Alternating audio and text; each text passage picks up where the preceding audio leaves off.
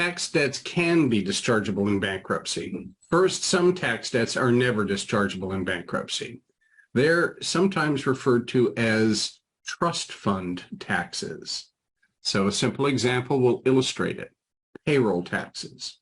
Let's say you have employees, and when you pay them, prior to giving them their check or doing their direct deposit, you take taxes out of their gross. That money does not belong to you, ever. That's money that you hold in trust, and you're supposed to forward to the taxing authorities, the IRS, and in the state of California, the Franchise Tax Board. If you don't forward that tax payment to the taxing authority, you have violated that trust because you're holding that money in trust for the taxing authority. That kind of liability can never be discharged in bankruptcy. But let's focus for a second on income taxes, because a lot of people who call me have income tax debt and they'd like to know, can we get rid of income tax debt in bankruptcy?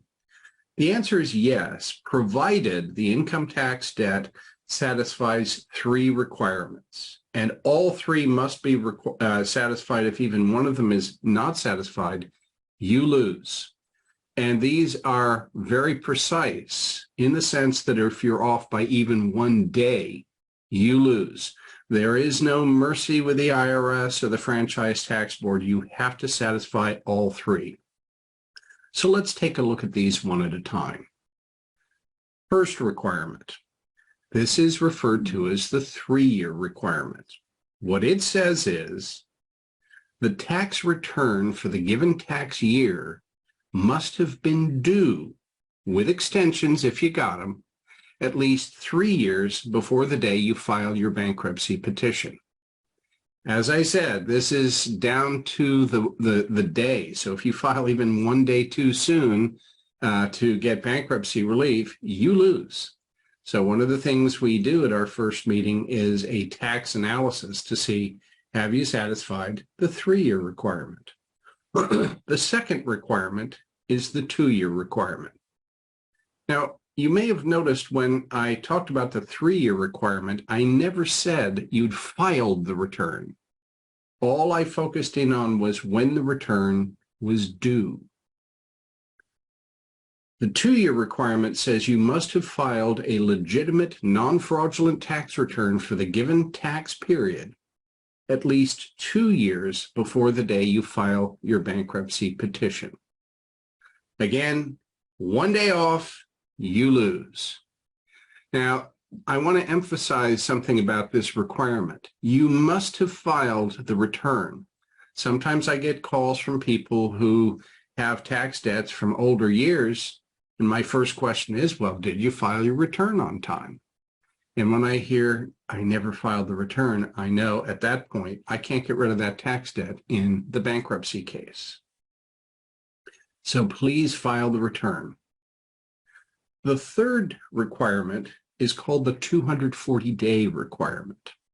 What it says is the tax you're seeking to discharge cannot have been assessed by the taxing authority during the 240-day window immediately prior to the day you file the bankruptcy petition.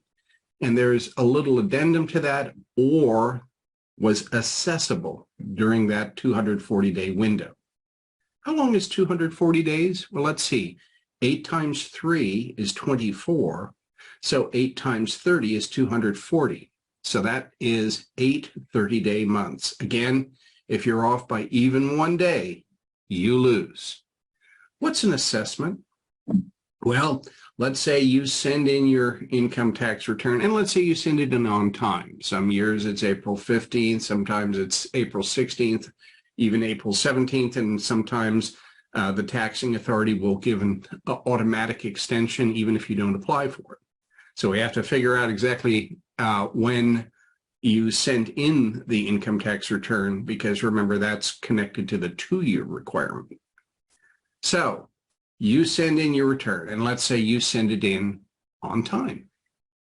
The IRS gets the return and immediately processes it, right? No. What? Why not?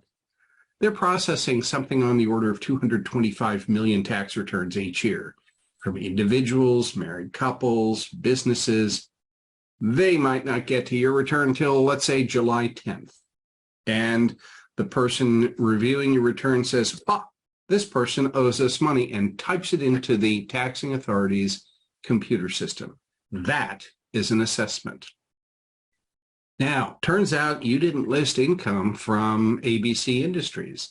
So the taxing authority says, we're conducting an audit.